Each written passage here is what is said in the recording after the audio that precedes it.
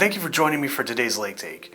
One of my favorite stories in the entire Bible can be found in 1 Samuel 17, the story of David and Goliath. If you remember, the Philistines and the Israelites were readying for battle, and every day as their preparations were being made, Goliath, one of the Philistines' celebrated warriors, would walk out between the battle lines and taunt the Israelites and demand that they send out a warrior equal to his stature that would be worth fighting in battle. And his taunts were so fierce and so merciless that not only did it intimidate the Israelites, but also left them somewhat terrified. But as it turns out, there was one person who wasn't going to be terrified by those taunts, and that was David. You see, David was sent out by his father Jesse to take some food to the battlefront for his brothers who were a part of the Israelite army and to get an update as to how things were going. While he was there, David heard Goliath's taunts and was so bothered by them, determined that he was going to be the one to silence the giant. Well, after that decision was made and David told people, word got around and made its way to King Saul.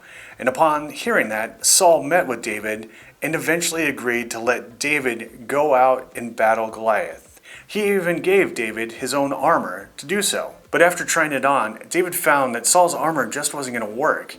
It didn't fit right for starters, and he just wasn't used to it.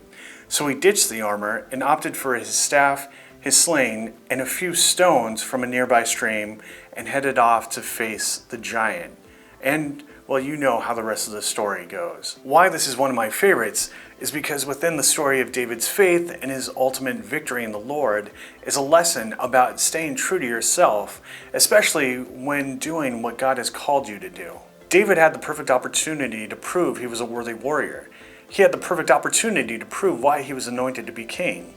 And what better way to do that than by wearing the current king's armor out into battle? But as soon as he tried on the armor, it must have been clear to David that trying to be someone he wasn't, especially at such a crucial moment, wasn't going to go well. So he decided to stick with what had served him well in the past and stay true to himself. We too can experience wins when it comes to facing the giants in our lives, but like David, we need to stay true to ourselves.